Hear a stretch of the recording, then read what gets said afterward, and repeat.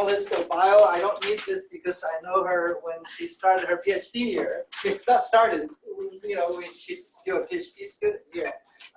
Yeah, a couple of years back, I would say. Okay. More than a couple of years.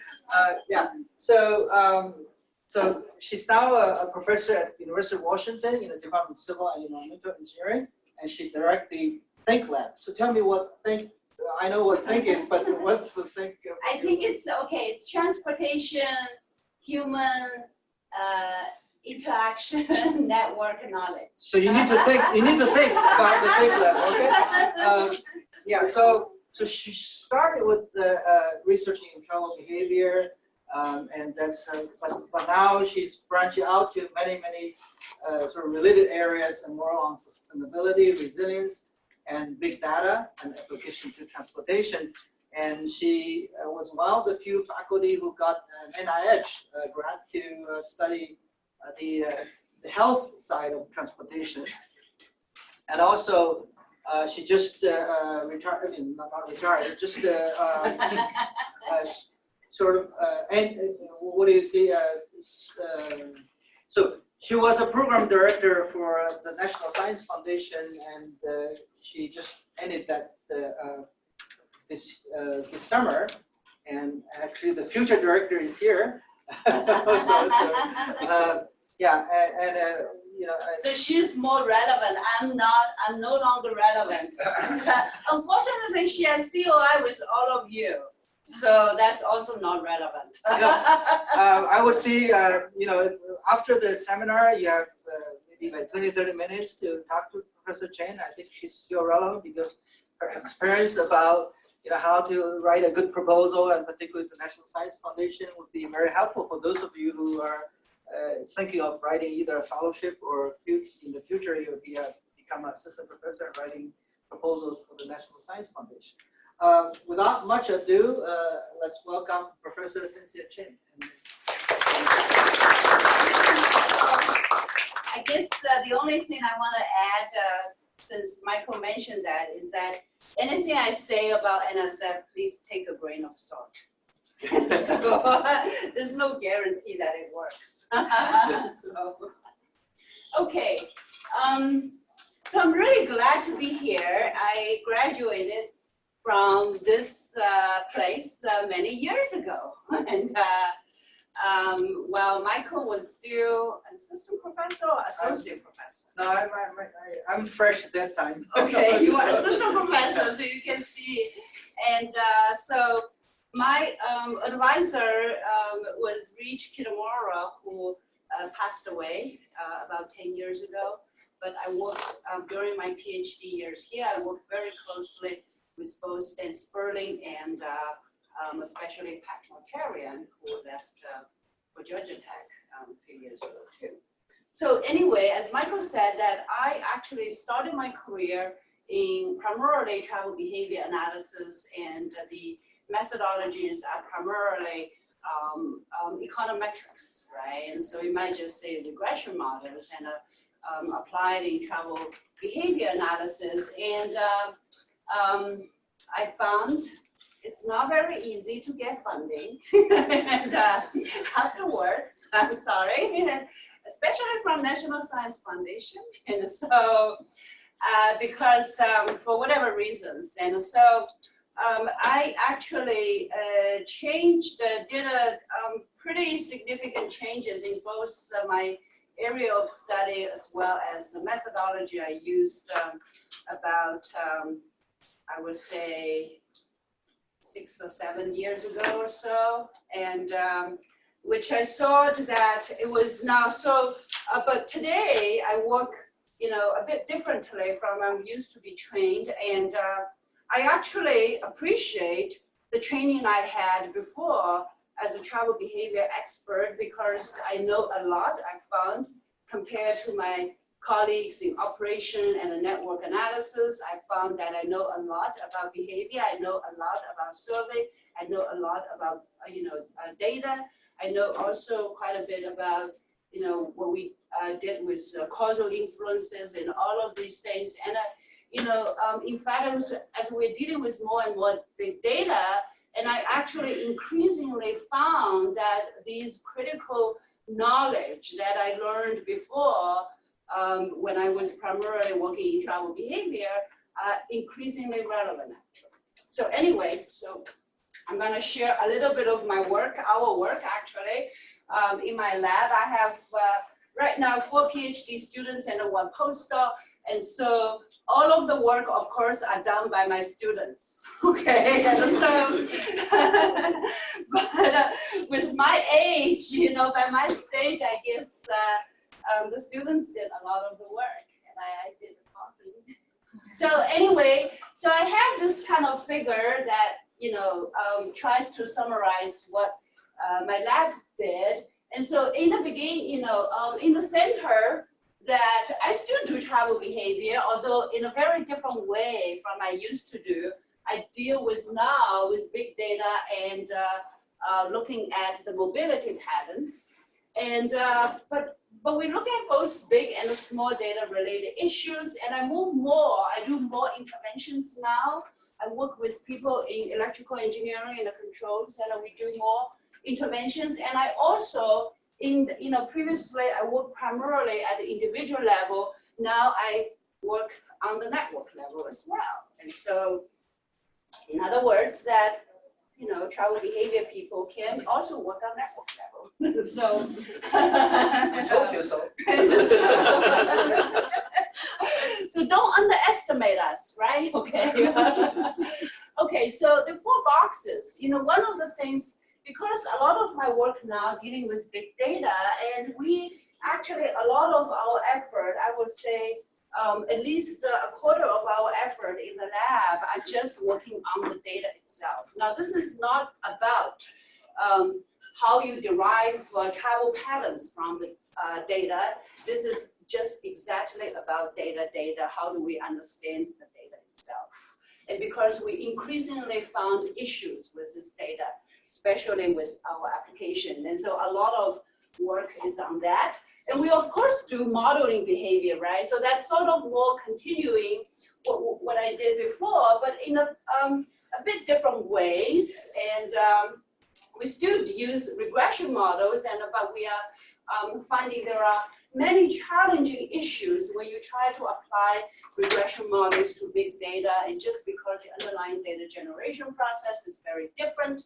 We also do models on trying to understand and modeling spreading behavior on the network. And so this is where, regardless if we're talking about transportation network, power network, or social network, okay? And we also, you know, are very interested in looking at the intervention part, is that how we can promote more sustainable and healthy behavior. And how do we, for example, when something undesirable happens on a network, and how do we mitigate that, okay?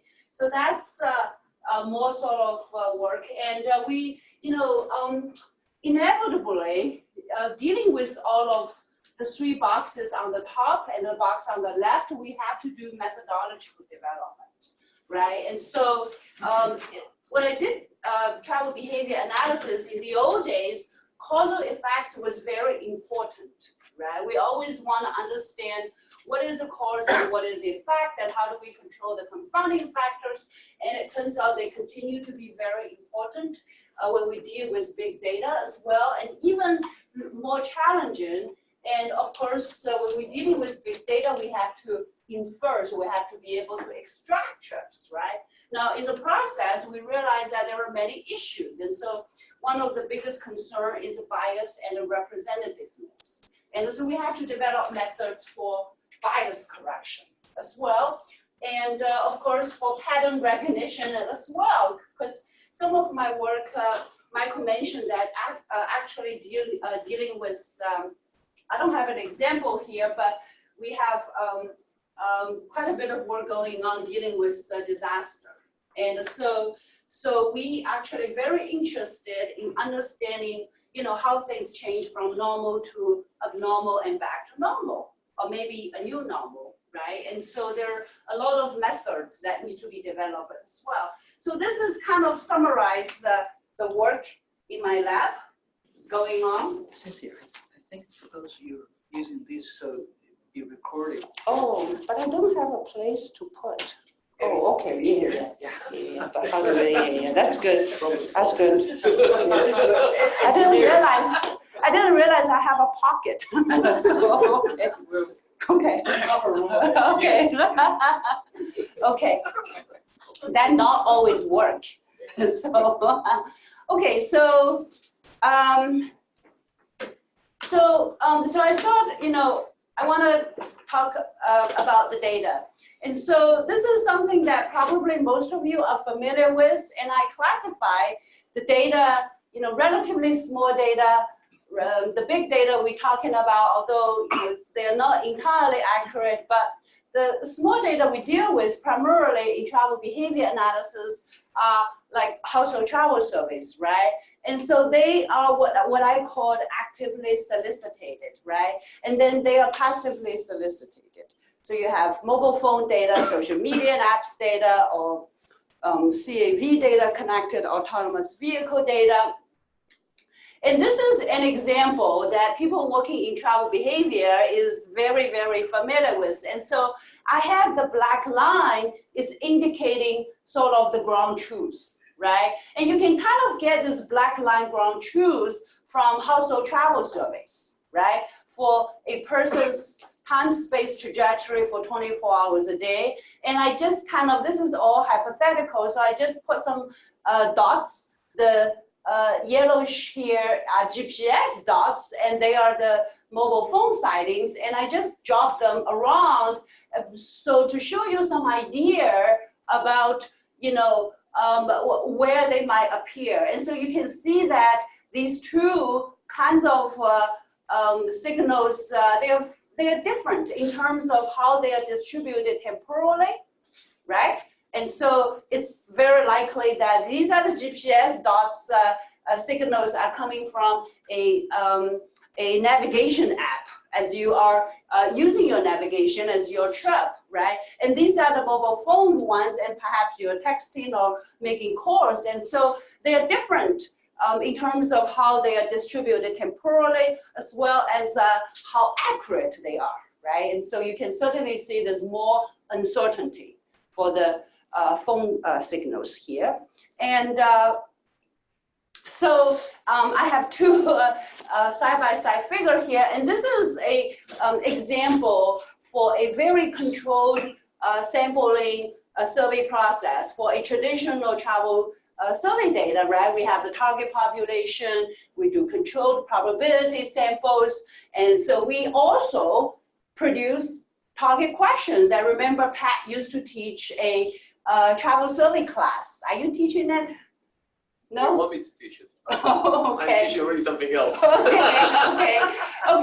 It's an extremely important class, right? And so, but the idea here is that the questions are designed to capture whichever phenomenon that you are interested in, right? And so the questions are what I call targeted, and then you result in the data, which is supposed to be representative, right?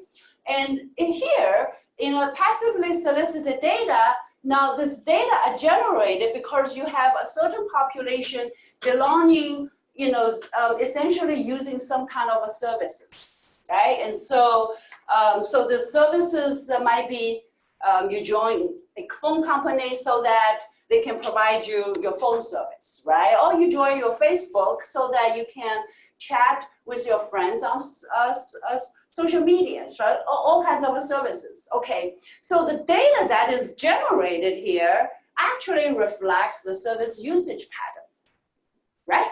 So unlike here, that the data generated is designed to capture how trips are made in time and space, where here the data is not generated for us to capture the trips or activities. It is generated because there are certain usage patterns, right, for certain services. And then actually the provider, okay, getting the data often applies some kind of unknown processing techniques, and that results in the big data that we actually, I call it uncontrolled, meaning that we don't know.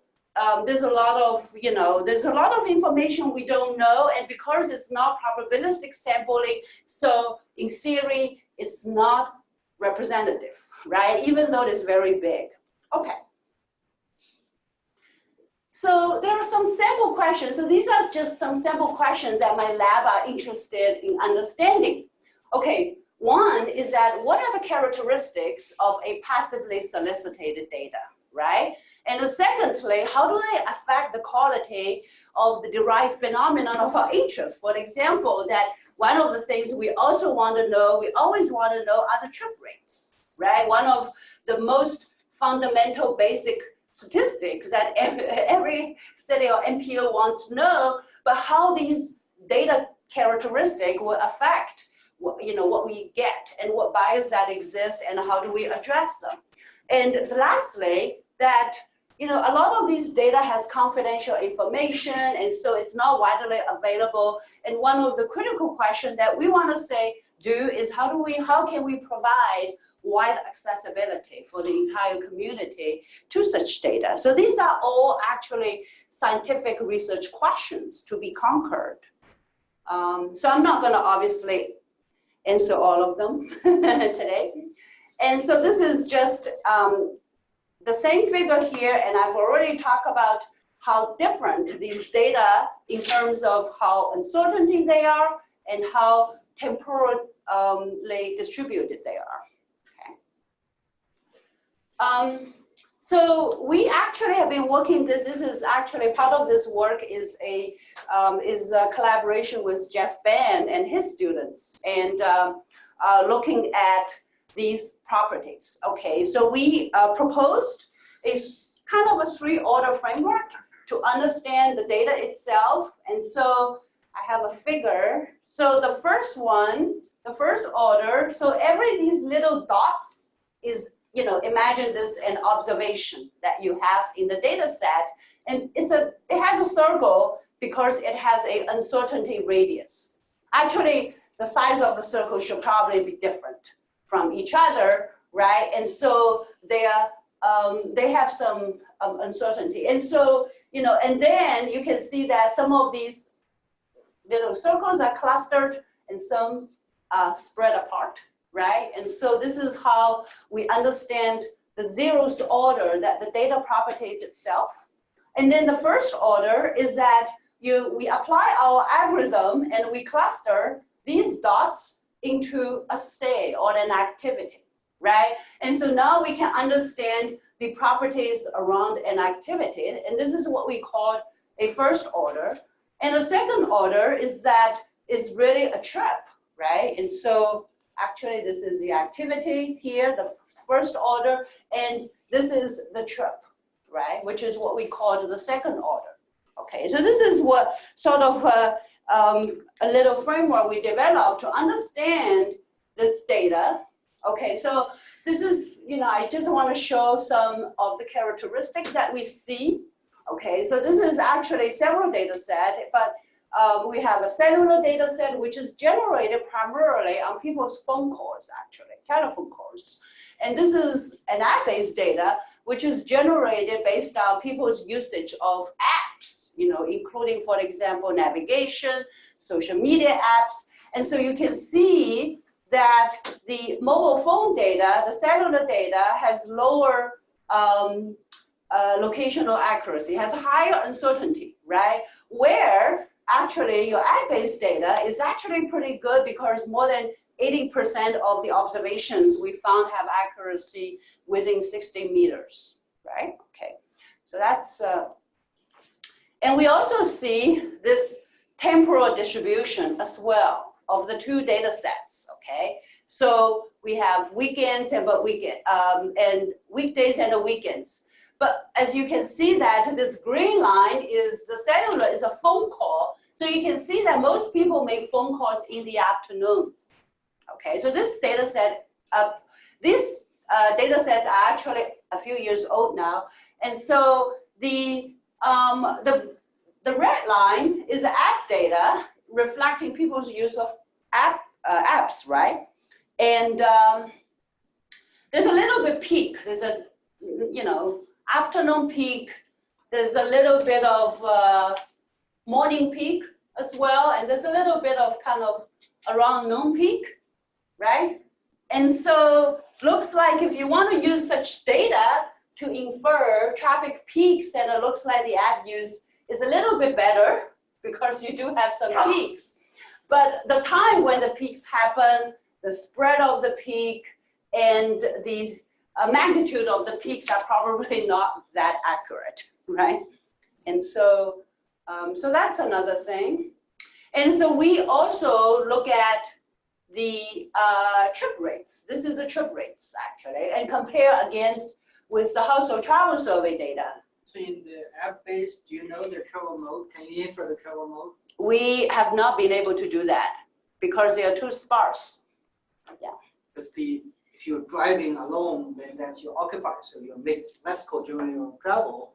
While you're in transit, then you can do Well, what we found is that actually, so for mode, you know, you really need, you know, I feel like we don't feel very confident inferring the modes because the data is not dense enough and it's very sparse actually. I wish I don't know whether I have a figure. Maybe I don't have a figure.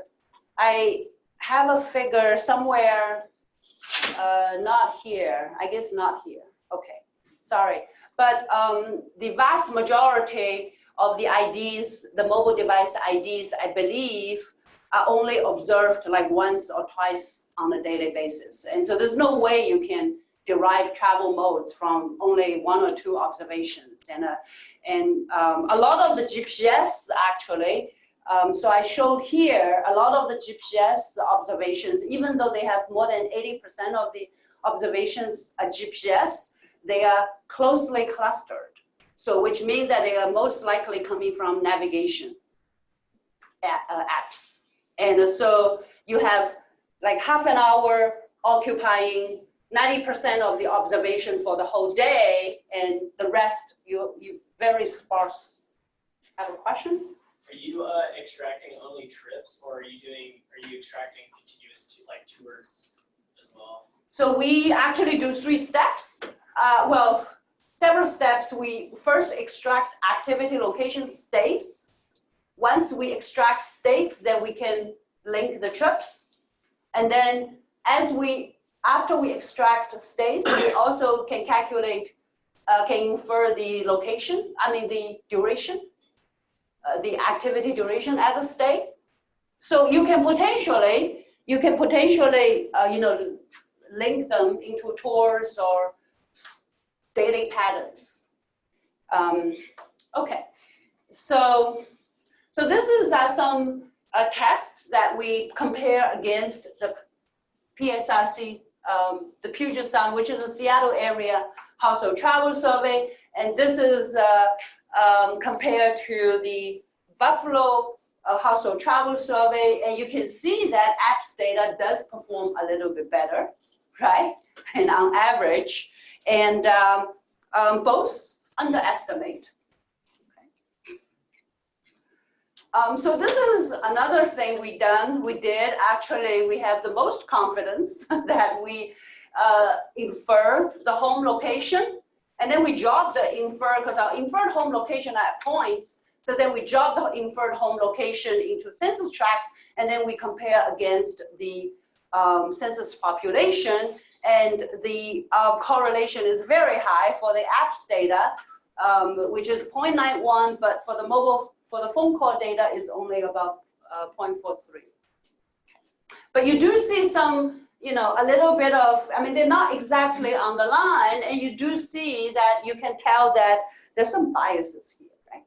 And so, and there's another thing is that what we found here is that actually on May 9th, last year, I believe, or 2 years ago, I forgot, that we just observed a sudden increase, about 33% increase in the data volume, okay? And that is because that the underlying technology to generate the data changed, and we were not told, but we identified that phenomenon in the data, and so then we tried to look at, well, how does that change our properties, right?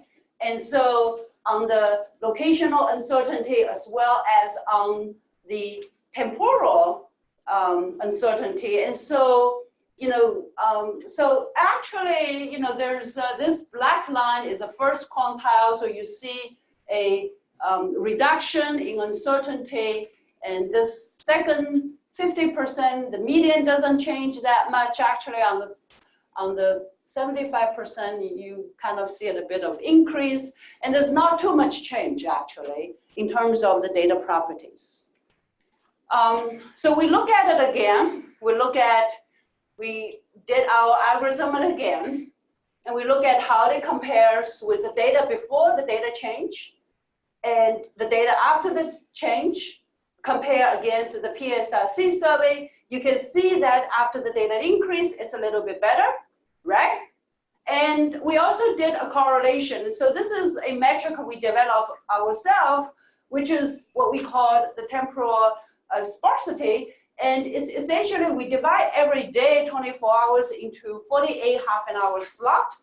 And for each slot, if we observe at least one observation, we count as one, okay? And so as you can see that as the number of observations increases for a person, its derived trip rate increases as well. So in other words, what we are interested in this example, as a trip rate, is really a function of, in this case, the number of observations that we have. And so that certainly has a bias here, right? And the correlation, the linear correlation is 0.56, but we can fit a pretty nice curve here if we want. Okay, so there's something else we did as well that I'm gonna skip parts. And so I asked my student, doing some very simple analysis now and looking at what we can tell. So the hypothesis is that certain neighborhoods are more likely to be observed and other neighborhoods may be less likely to be observed. So I asked him to look at that. And what we turned out find is that, census tracts with certain attributes are more likely observed in an apps data. So for example, if a tract has more males, is actually less dense, and more people walking to work or fewer people working at home.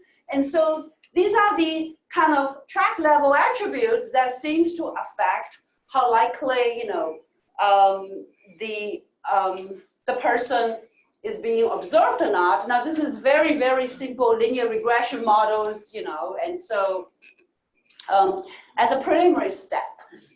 Okay, so when I'm supposed to stop?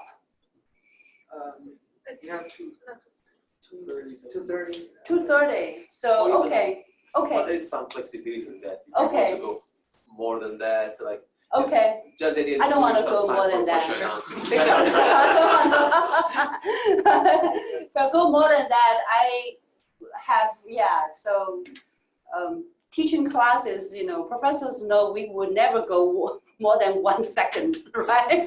After the class ends. No, the class ends at 3. Oh, okay. There needs to be times for question and answers. Okay, I will stop at 2:30. Okay, so I'm gonna skip this actually.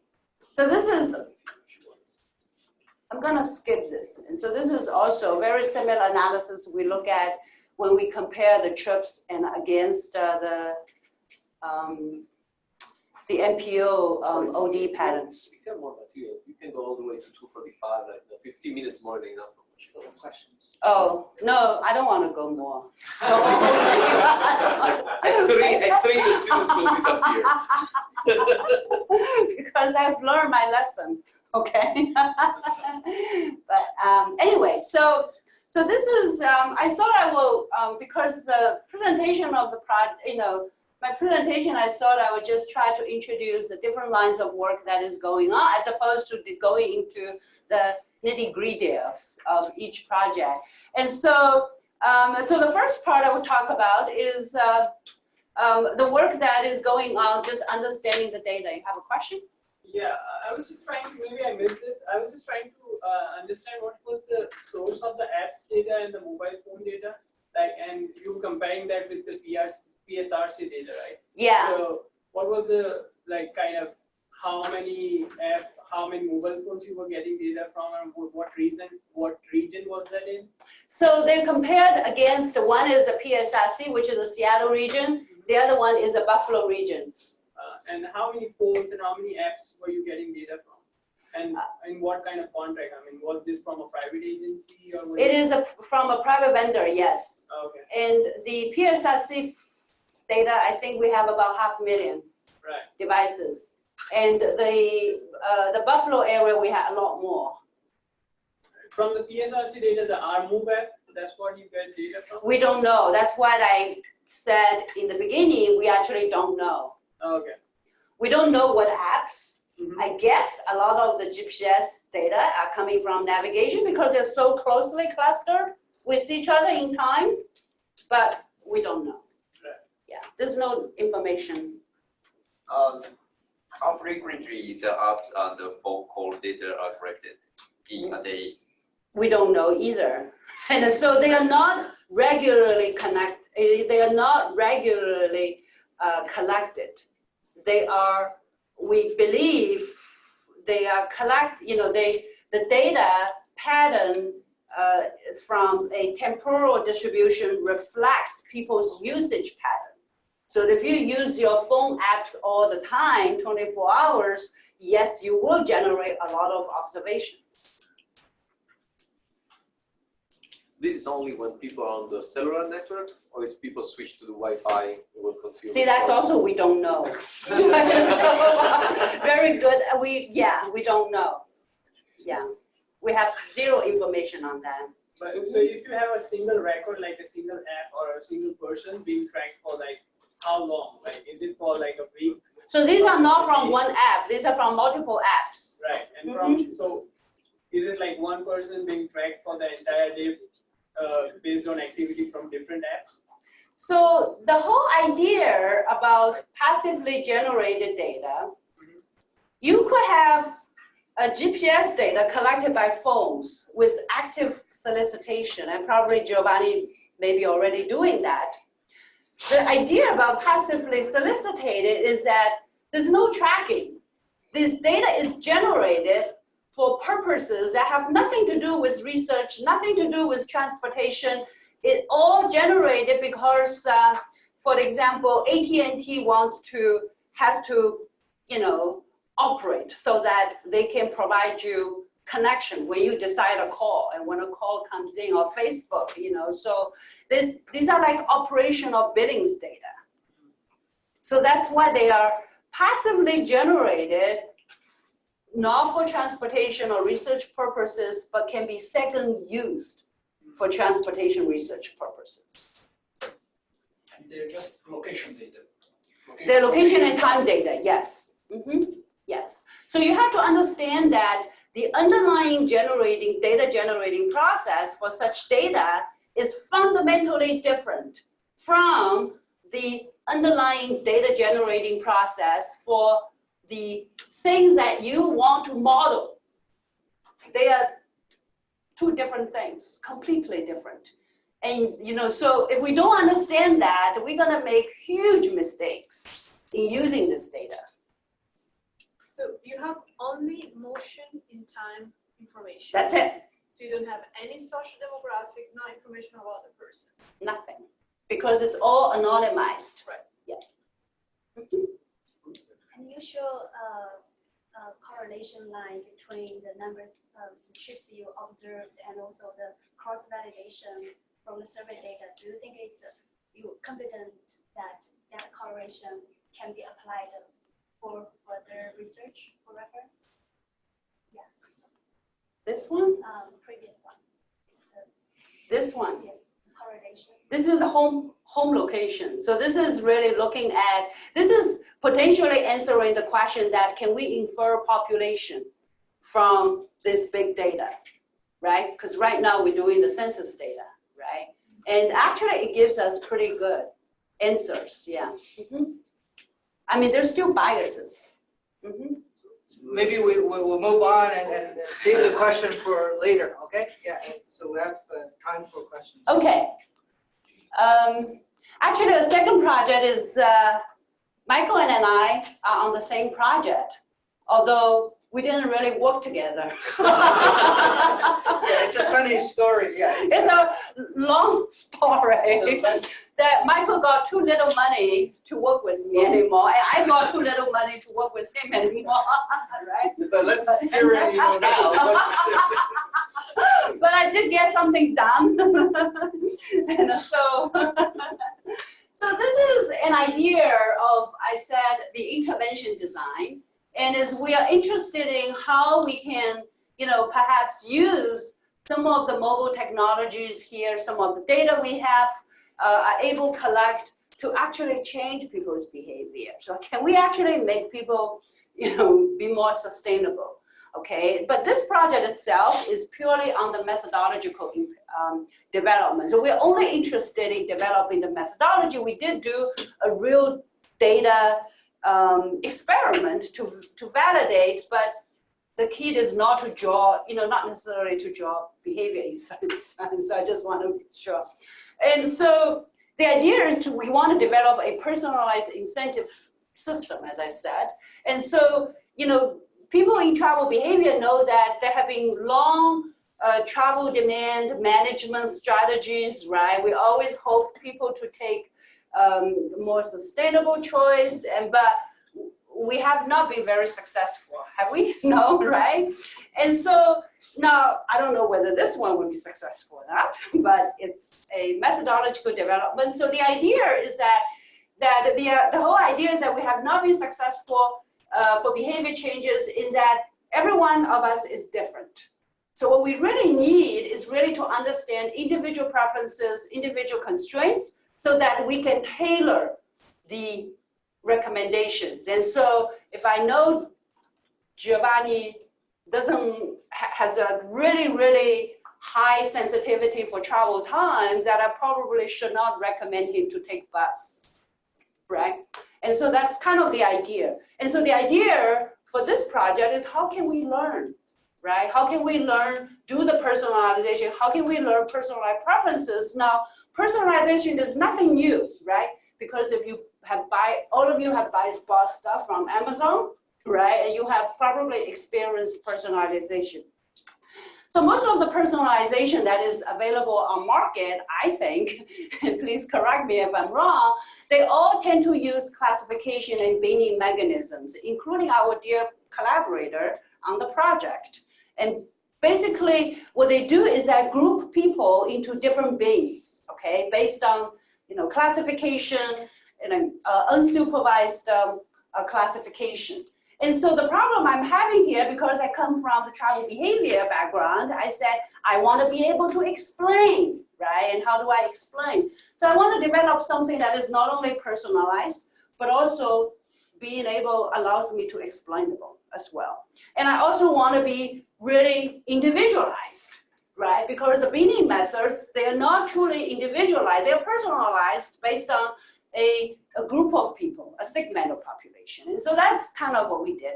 So we had a system design that basically says, okay, a person has a trip request and origin, destination, and this is, we did a simple example for departure time. And the person, so we present a alternative to the person, right? And the person looks at it, says, yes, I like it, or no, I don't like it. Why? Okay. So they have a choice, and we observe the choice, and the choice goes into our algorithm, which will basically update our preference estimates. And once they are updated, then we can customize the recommendation, right? Because if I know Giovanni's travel time sensitivity is really high, I'm not gonna come up with a best alternative to him. And so when I say preferences in travel behavior, I just mean the betas in the utility function, right? So they have travel time, value of travel time, value of travel cost, and things like that. So the betas. Okay, so this is kind of, we did our system design. There's actually quite a bit of challenge. And one is that, unfortunately, we only observe the choice, okay, right? We do not observe the utility. So there's, from a control point of view, there's a lack of observability on the utility, okay? And it's also, because of the random utility function, because that is inherently saying that when we make a choice, we make trade-offs, right? So if I'm really high sensitivity to travel time, but if the trip is free, or maybe you even give me money, maybe I'm willing to tolerate the long travel time and take that mode, right? Because I trade off, I do the trade-off. Now the problem of that with the trade-off is it turns out that, you know, even we observe the utility, okay, there's an infinite number of combinations that can give out a single value. But we want to identify that unique vector of the preferences that a person has. And we only have 1 or 2 observations. What do? And 1 or 2 observations, obviously, that your wonderful discrete choice model that Giovanni is teaching you is not going to be able to do it, right? So we have some questions to answer. We design our algorithm.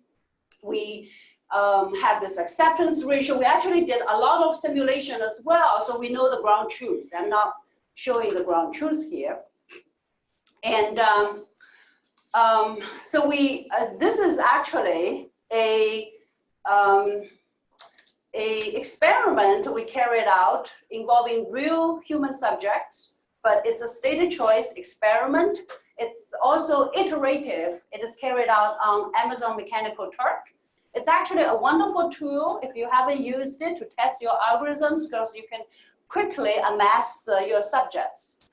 And so this is the key part that we develop, right? We wrote codes on the website so that every time a scenario is presented, a choice is observed, that there's an algorithm running underneath this screen that updates the preferences and redesigns the recommendation and presents the next scenario to the person. And so we have about 800 people, I think, and each one has about 13 scenarios. It's presented with 13 scenarios. And so so these are the different attribute values. So it's real subjects, but more like a stated choice. But the stated choice is not like pre-designed, it's adaptive, okay? So you have different attributes here. So this is a departure time scenario, whether you depart earlier than scheduled, later than scheduled, the amount of time saved, and one thing that we are interested in is reward points, actually. So this is actually a screen that looks like that a real AMT participant will see choice A and choice B on this one, on the experiment. So we also look at the flexibility, the level of flexibility, as well as the commute distance as well. And so, so here I show some results here. It's about 800 participants, and male is slightly more represented here in our sample, but we don't care, right? Because the key is methodology validation. We don't care whether it's representative or not. And so this is the mean value. So in other words, so every observation, every scenario that a person sees, right? And he or she makes a choice, and the preferences will be updated. So in other words, we have 800 people, and each person has 13 scenarios. And so each person actually has about 12 sets of parameters estimated. So each scenario for each person, there's an estimation. So I only look at the mean value. I only report the mean values here. And so everything, what is good to see is that everything is consistent with our travel behavior knowledge. So you can see, of course, travel time saving is positive, reward point is positive, deviation from your scheduled delay, whether early or later, is negative. But there are some differences between, fixed scenario, encouraged, and flexible, whether you have a flexible arrival time or not, right? And it's all behaviorally consistent. I think, although you guys can correct me. So we also look at the acceptance ratio on this one. So this is calculated by the number of scenarios that are accepted by the participant divided by the total number of scenarios this everyone is presented with. And so on average, you can see it's about 68% of the presented scenarios is accepted here, and here's a distribution. And we also look at the distributions, how the distribution might be different between primarily these two, and you can, it's quite expected is that people with flexible arrival time are most likely to accept. Of course, they have the freedom. So, sorry, just clarification question. So you compare the same option with different alternatives, or two alternatives? Different options. So every scenario is a different option. Both different options. What do you mean both So different? you have two alternatives, right? You present in each scenario. Yes, one is a default. Is default is fixed for everybody. Default, I don't know, that's a good question. I don't have to check my student. My guess will be fixed. Yeah, but It's, not it's based 100%. on their patterns, on their tree patterns. no, everything is, I think, hypothetical. So so there is a context situation that we situate our participants in the beginning of the experiment that I didn't talk about. Yeah. Okay. So this is also, we look at the rewards points used, right? Because we want to, this is one line of interesting from one line of work that is really interesting from a behavior point is, there's behavior manipulation in it that one of our students is currently working on. And so from the designer point of view, you don't want to use up all your reward points, right? And so you want to minimize it. So we are interested to look at how they distribute it. And so again, we're seeing that, people with a flexible schedule require the least, right? Which is quite consistent. And since now this one was submitted to ISTTT, with ICT, it is occupied by network folks. So I expect the reviewers will want to see a network. Behavior. So I suspect the reviewers at ICT will want to see some kind of a network application. They don't want to see just behavior, right? We want diversity. So we did a network application, okay? And so we actually applied a cell transmission model. So travel behavior people can also do cell transmission model too. And so we did a very simple model. So this is a diversified departure profile afterwards. And we did a very simple model. And I'm sure Michael will have lots of criticisms here, but it's a very simplified. We actually had reviewers say, why do you have a so simplified network? And anyway, so we look at this, I'm gonna look at the time. I have one more thing I want to pass through. So this one, we just look at the travel time saving and all, this, the congestion, and you can see, well, things are a lot better, right? As expected, that you have a more diversified departure profile on the network, it's a lot better. Okay, so I don't know whether I should have time. You can continue because we stopped you ask questions. So why not finish it and then we can. Yeah. No, I actually, this one is finished, but I have one, I had planned one more, but I don't have to. No, go ahead. You have until 3. Okay, you sure? Okay, okay. So this is something that we were interested in modeling the cascading failure process and multiple networks. And so this is originated from my interest in disaster resilience, but now extended a little bit more. I don't have to go through the motivation. And this is, again, a methodology work That was done by my one of my PhD students. I want to see that this is another collaboration, but even worse, we didn't get any money. So. No, this actually, no. This was actually was no collaboration. Was this part of Chris? It was, I don't think it was part of the CRIS. This was actually from a single, from a, derived from, thanks, Elise, it was a CIS proposal that I wrote myself. And so this is actually no collaboration, I just did it myself. And so, with little money, not too much. And so, anyway, so this is purely methodology work. And so, a few years ago, and there was a lot of people in resilience and disaster were interested in, simulating the cascading failure, whether, the power out, power outlets, power blackout and traffic maybe or whatever. And it's actually a lot of CRIS, but we didn't get it. Yeah, I don't think this part was part of our project and we didn't get it. So I had said, I had a little bit of unsatisfaction. I said, well, that doesn't make sense because a lot of the networks, well, except the transportation network that we can see, right? The other networks we often do not observe directly, but most of the work going on, I think still today, is assume you have a network and there are attributes and there are some initial failure conditions and they also specify some failure mechanisms and then they go ahead and simulate.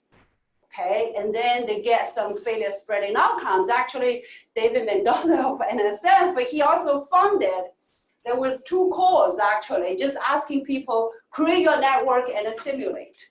So I didn't really agree with that. And I said, that doesn't make sense for 2 reasons. And one is that for many networks, you do not observe directly. So you don't know, right? You don't know what, how the networks are connected. And also there are different kind of connections as well, right? And so you don't observe all the connections.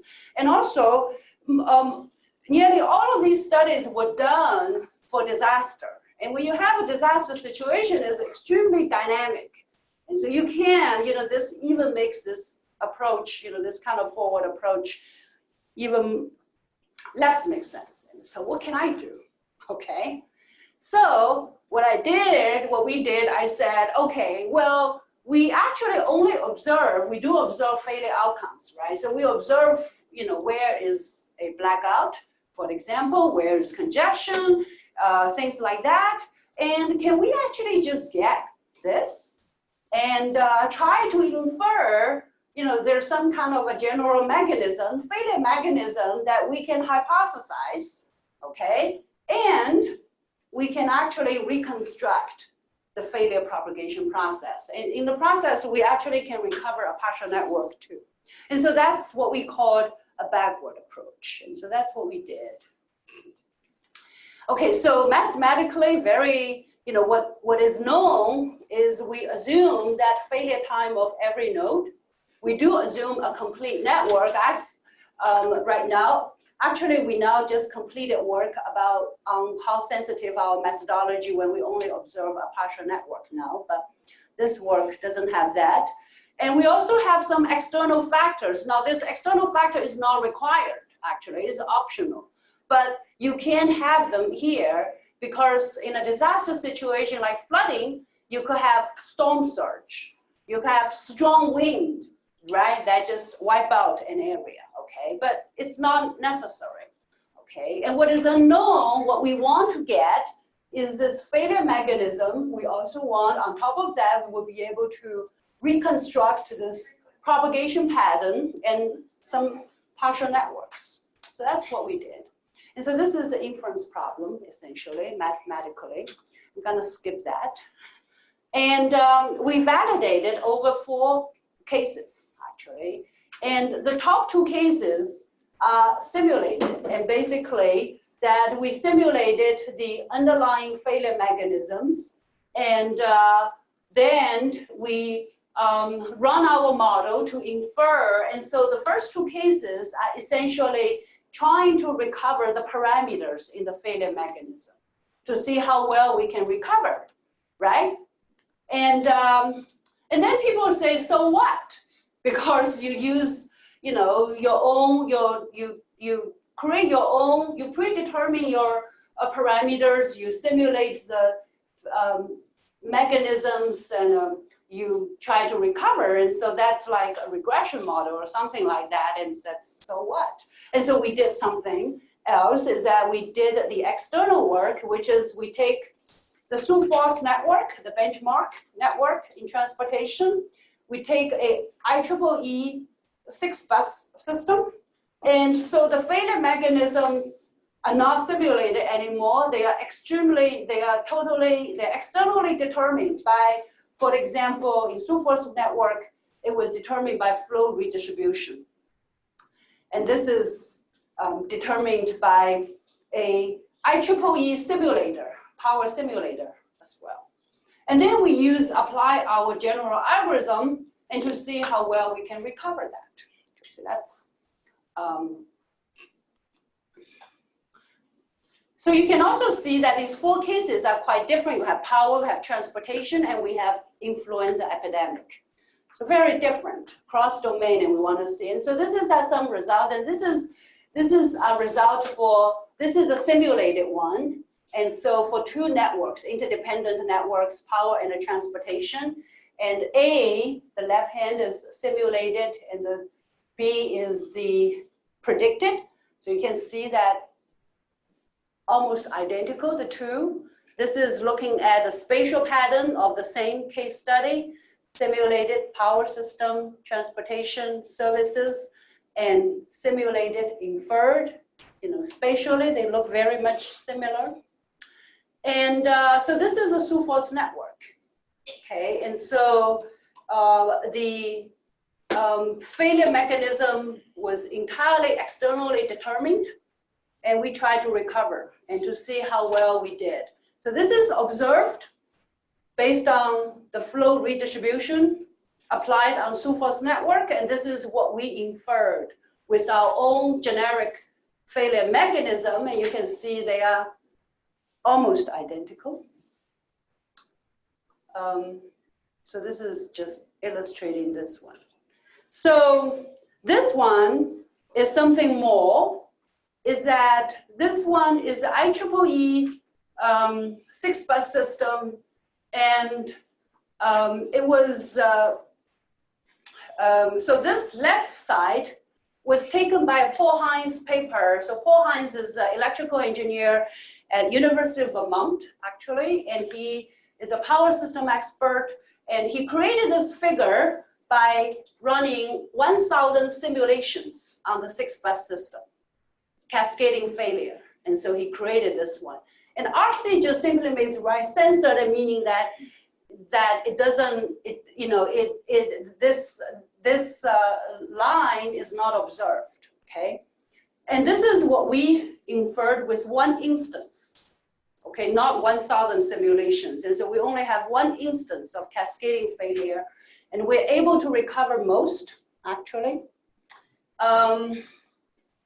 So we also are interested looking at node-to-node failure propagation, right? Because we want to see how well we actually can replicate how failure spreads. So this is the interdependent with transportation and power. We look at the node degree distribution. So you see a lot of clusters, and this is simulated, and this is inferred from our model. And the node degree, so both in terms of the distribution as well as the node degree is very similar between the 2. And this is, I believe, yeah, this is on the Sioux-Falls network, okay? And so you can see left side is the observed failure propagation pattern after applying flow redistribution, and left is what we inferred without our generic algorithm, the mechanism. We are able to recover 31 failed links. And so they're very close. This is again on this power 6-bus system as well.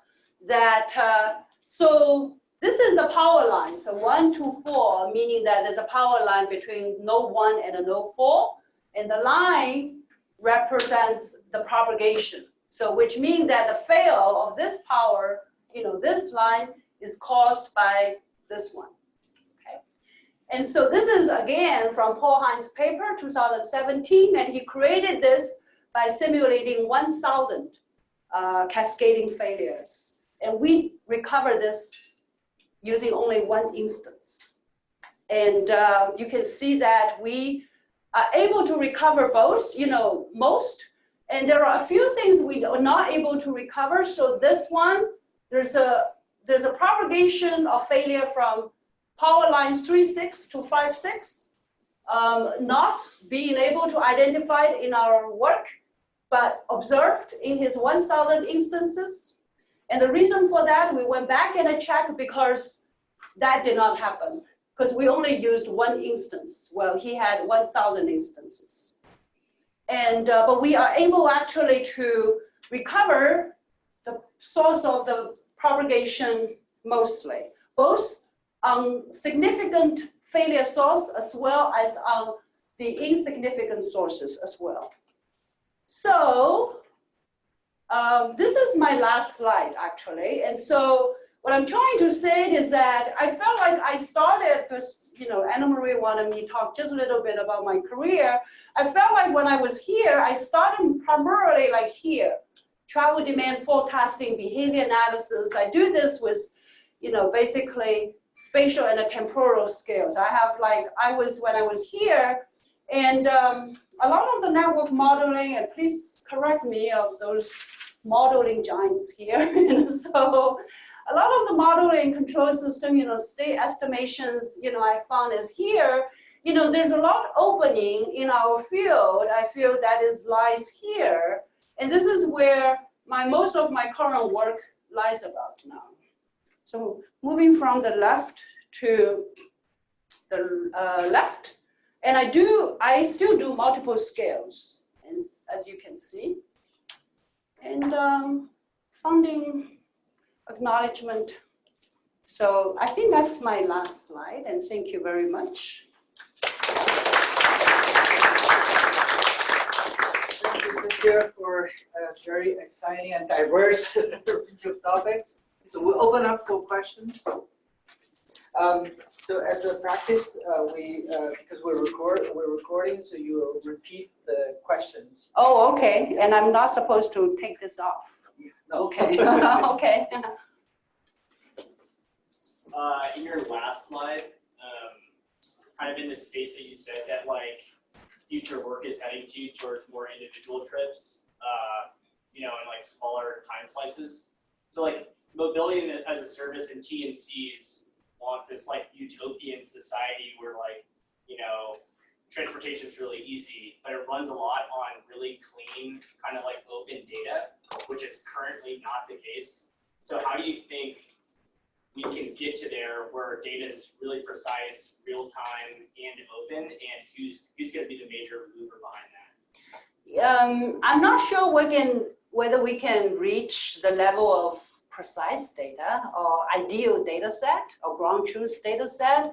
The way that is currently going here is that, I'm supposed to repeat the question, I'm sorry. You can summarize it. Okay, so the question is about how we can get open data and a precise data, right? Move to there. Yeah, move to, right.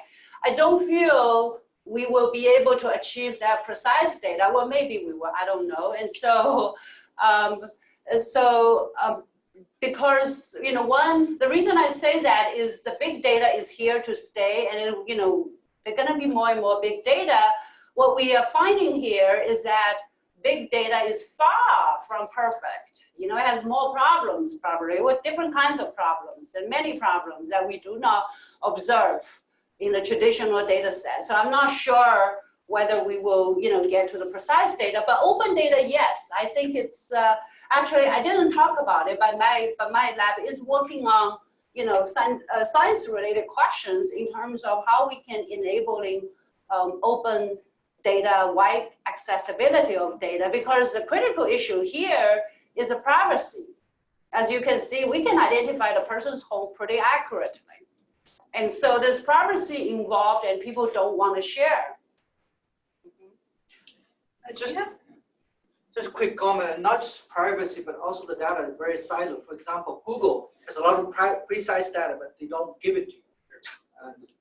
Well, because the reason, yes, but the main reason they don't give it to you, the often reason they don't give, they use is that there are privacies. I cannot give that to you. It's not just private, It's but also commercial. It is, That's yes. their asset. Right, but they don't tell you that because we want to make money off your data so that I cannot give to you. But what they tell you is that because there are so many privacy concerns and I really cannot give it to you. Right? Well, they can put that shield. So, Do you have a publication or like a white paper on the behavior manipulation project you have? yes, we have several papers out. Yeah. So if you go to my website, that goes all the way. So, oh well.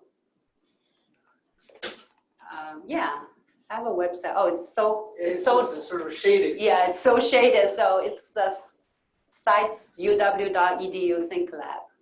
I think if you might Google it, you might find. Yeah, we have several papers out. Yeah. Mm-hmm. And actually, I asked my students to put codes on GitHub, and so we're going to open source everything. Do you think we'll ever reach a point where collecting data through surveys will be obsolete and like everything? No, not at all. That's the more. Repeat the question. So okay, the question is, do you think it will be obsolete to collect the data through surveys?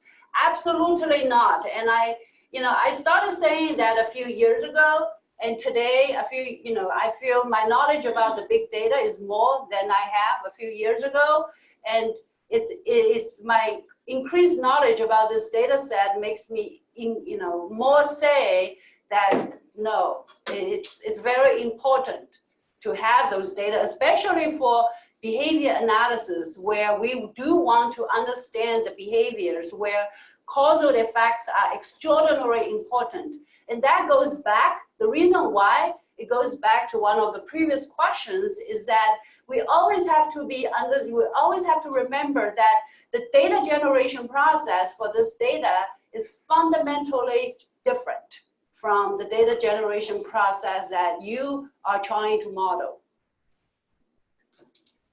Within the current data, do you see like some collaboration or maybe some understanding on? I understand that they're fundamentally different. They've generated the data that you're trying to use in your analysis. They are for a very different purpose. But do you think there are like certain leverage points where you could use if they tweak the data generators, if they tweak certain things, they could produce something that is more relevant to the research that we are doing? Yes, definitely. So I'm not saying my title is promises of emerging data, right? So I'm not trashing the big data at all. I think there are a lot of promises. There are a huge number of promises that we just have to understand its, its good advantages and bad of the limitations in order to use it appropriately. So probably for different applications, it has its own different usages. Quite a few nights. We will start from. Just a couple of questions. One is if you had, so the difference that you showed in the prediction that you can do with your data and what you see in the surveys from the two regions. So do you have an idea of what is the problem there? So if it is related to the bias that you're mentioning, or there's also maybe some bias in the survey that you're considering. So in the data, in the way in which the reference data is collected. So the surveys are that. And then I was wondering if you had done any experiment in merging the two kinds of data rather than comparing.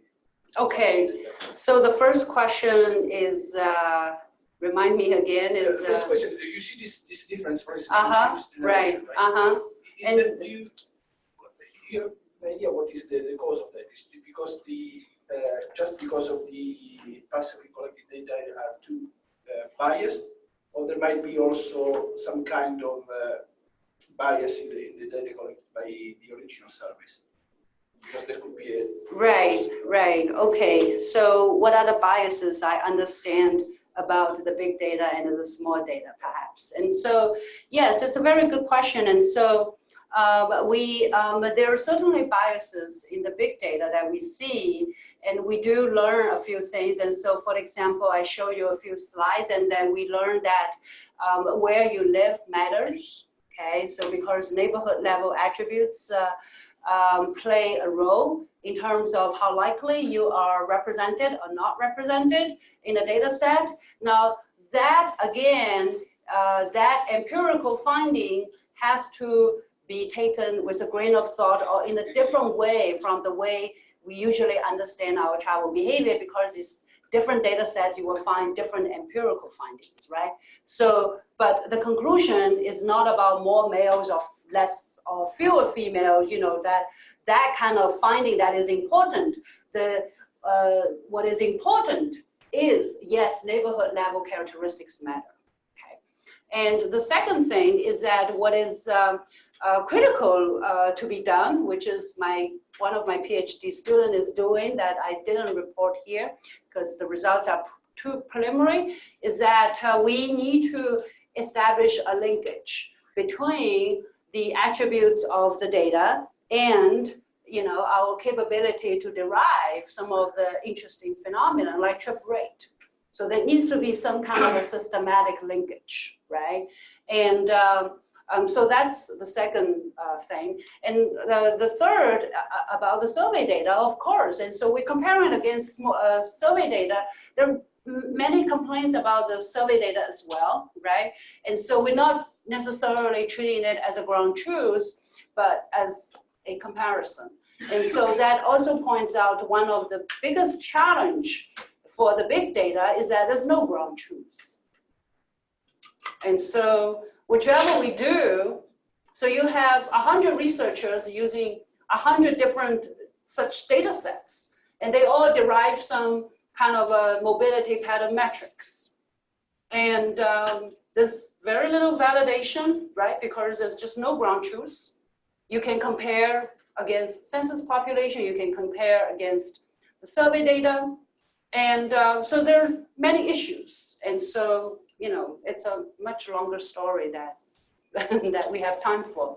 On the second one, your second question is, have I infused the big and the small data? We are doing that now. And so we are actually, we think that different data sets, including the small data sets, probably has different kinds of representations.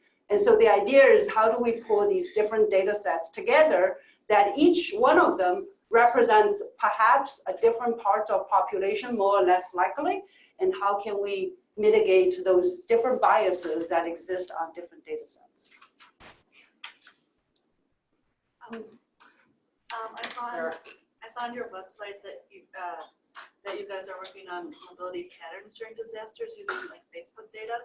So I'm working on some stuff with like wildfire evacuations, and have you guys looked into it all, like trying to predict patterns when the powers, like different cell towers go down and stuff, and basically rendering any kind of app usage or GPS stuff infeasible? So thank you for looking. So the question is, in our disaster work, which I didn't report today, I guess necessarily on evacuation patterns, and have I looked at the power line or app use? Cellular stations down. Oh, cellular like towers, so that no one can use like any kind of cellular data. So loss of the usage of apps and cell phones because the tower is down. Because the tower is down. No, we haven't. And so we used in our case we look at Hurricane Harvey. Okay, so there was my tower down doesn't happen. You know, cell tower down doesn't happen very often actually. cell towers are fairly resilient, and this is actually based on my conversations with my NSF colleagues from in communications. And so the understanding is that cellular towers doesn't happen very often. One, they have our telecommunications network are fairly robust. One, and secondly is that once they are down, they can quickly deploy. So the they are able to fairly quickly deploy by all kinds of means. But that's Temporary ones. yeah, with mobile trucks and things like that. But so anyway, that doesn't really directly answer your question. So we didn't look at that. And what we look at was in the case of Hurricane Harvey, we actually were just interested in how well we can use the data to predict evacuation patterns. So we want to predict, be able to predict whether people evacuate or not, when they evacuate, how far they evacuate, and once they evacuate, do they return or not? And if they do, when do they return? Gotcha. Yeah, he's waiting for a couple times. So. Yeah, thank you. So could you go to the slide comparing the trip rates between This one? usage? No, trip rates comparing the household survey. This one, yeah. So based on the talk you mentioned that app-based data is more close to the PSRC survey, national in its travel survey, household survey. But how did you determine that household travel survey could be a reference? Because it is asking people the typical pattern of their trip. So that very few people answered they make one trip in a day because it's nonsense to make one trip. And actually, so app-based data provides us a little bit more, so one trip per day. And it could be the truth of their movement. This is average. This is not just average trip. Average trip rates, but Yeah, so you can make half a trip in an average, but you cannot make a half a trip. But he made a good point. So this is actually, I'm glad that you look so closely. So I didn't point that out. Yes, and so household travel survey, you do not observe one trip.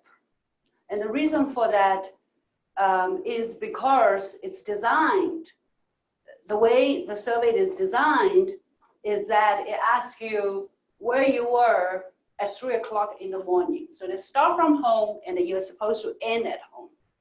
Okay, so you don't find a distribution, so this is, but in our data, we don't have that control, right? We don't design, so we have a lot of, well, not a lot, we have a small percent, well, actually, no, we have a lot of percentage of people. We have close to 17% of the people with actually only one trip reported. And this is all, so from our data, the comparison is only based on residents. So we exclude all the people that we cannot identify a home in the region.